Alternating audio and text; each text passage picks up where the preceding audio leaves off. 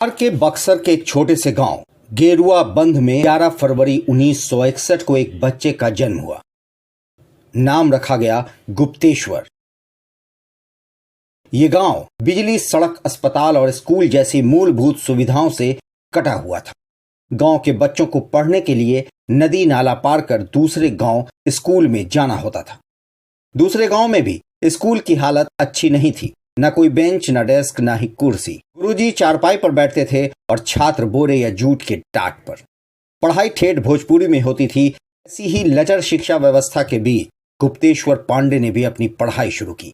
बकौल गुप्तेश्वर पांडे वो अपने परिवार के पहले सदस्य हैं जिन्होंने स्कूल का मुंह देखा था। स्कूल पूरा करने के बाद वो पटना आ गए। पटना यूनिवर्सिटी में संस्कृत ऑनर्स में दाखिला ले लिया।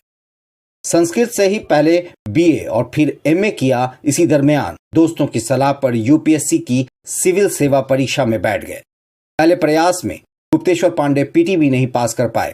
दूसरा प्रयास किया 1986 में और भारतीय राजस्व सेवा यानी इंडियन रेवेन्यू सर्विस यानी आईआरएस के लिए चुने गए। नागपुर में आईआरएस ट्रेनिंग संस्थान में ट्रेनिंग करने गए, लेकिन अगले अटेम्प्ट की तैयारी भी करते रहे और इसमें सफलता भी मिली।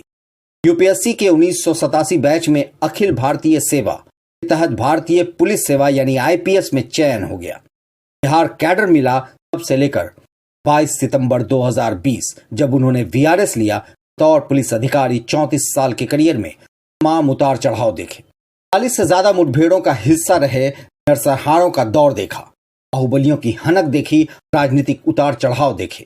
साथ ही साथ मंडल कमीशन के बाद सामाजिक उथल पुथल का दौर भी उन्होंने देखा। डीजीपी बनने से पहले 32 साल के करियर में गुप्तेश्वर पांडे ने एसपी, एसएसपी, डीआईजी और आईजी के रूप में बिहार के 26 जिलों में सेवाएं दी। उन्हें दो बातों के लिए खास तौर पर याद किया जाता है।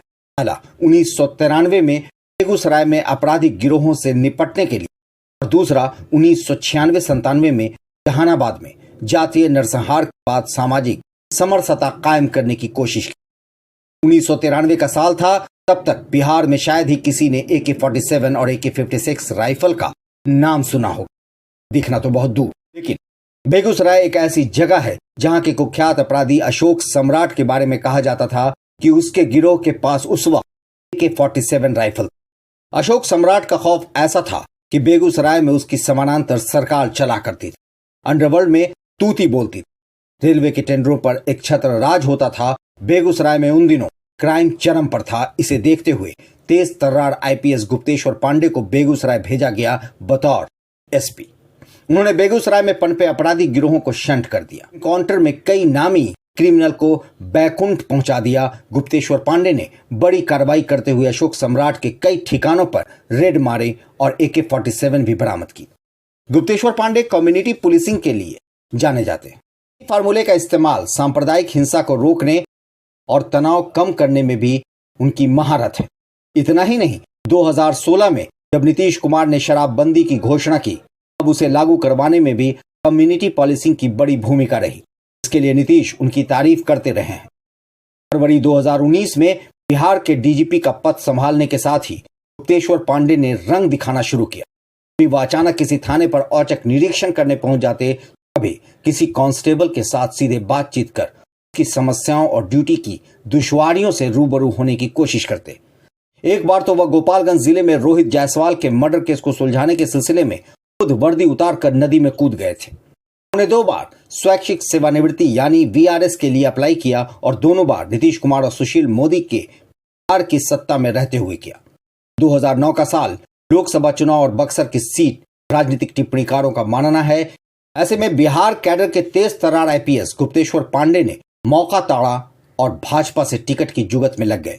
वीआरएस भी ले लिया मगर टिकट नहीं मिल पाई। उधर गुप्तेश्वर पांडे पुलिस सर्विस में पुनर्वापसी का रास्ता खोजने भी लग गए। इस्तीफा देने के 9 महीने बाद उन्होंने बिहार सरकार से कहा कि वो अपना इस्तीफा वापस लेना चाहते। नीतीश की सरकार थी, नौकरी में वापसी भी हो गई। 2009 का लोकसभा चुनाव खत्म होने के कुछ ही दिनों बाद गुप्तेश्वर पांडे ने पुलिस में वापसी कर ली थी। इस घटना के करीब 1 दशक बाद 22 सितंबर 2020 को गुप्तेश्वर पांडे ने एक बार फिर वीआरएस के लिए अप्लाई किया। आनन फानन में उनका आवेदन स्वीकार कर लिया गया।